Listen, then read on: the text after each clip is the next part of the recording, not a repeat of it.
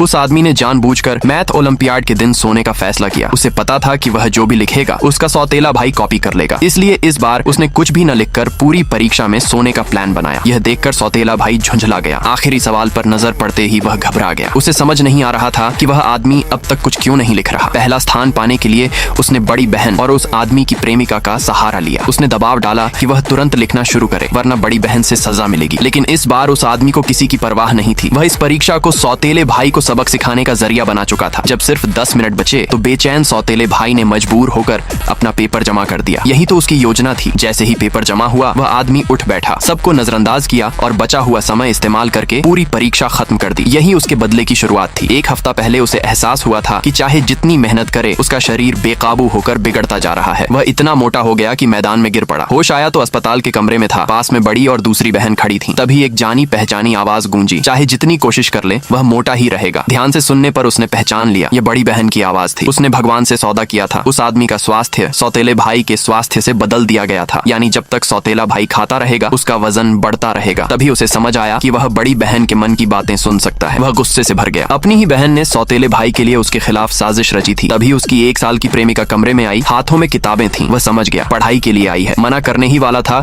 कि उसके मन की आवाज भी सुनाई दी। तब उसे पता चला कि उसकी याददाश्त क्यों कमजोर हो रही थी। प्रेमिका ने भी भगवान से सौदा किया था। उसकी सीखने की क्षमता सौतेले भाई के साथ बांट दी गई थी। दोनों की सच्चाई जानकर उसका गुस्सा और बढ़ गया। उसने बड़ी बहन का हाथ हटाया और शांत स्वर में कहा कि अब वह कोशिश नहीं करेगा, न डाइटिंग न पढ़ाई। वह जानबूझकर आलसी बनेगा। यह सुनकर बड़ी बहन सन्न रह गई। आने वाले नेशनल मैथ ओलंपियाड का हवाला देकर उसने उसे डांटा और कहा कि वही परिवार का भविष्य है। लेकिन वह सब उसके लिए नहीं, सौतेले भाई के लिए था। क्योंकि अगर उसने डाइट और पढ़ाई छोड़ दी तो सौदे का उल्टा असर सौतेले भाई पर पड़ेगा। यह समझकर वह अपने फैसले पर अडिग हो गया। उसने पूरी तरह कोशिश छोड़ दी। हर दोपहर कैफेटेरिया में तला भुना खाना खाता। उधर सौतेले भाई की तबीयत बिगड़ने लगी। उसने रोकने की कोशिश की पर वह नहीं माना। आखिरकार सौतेला भाई बीमार पड़ गया। ओलंपियाड के नतीजे आने से ठीक पहले उस आदमी ने अपने पिता को फोन किया और शांत आवाज में कहा अब वह पारिवारिक व्यवसाय संभालेगा।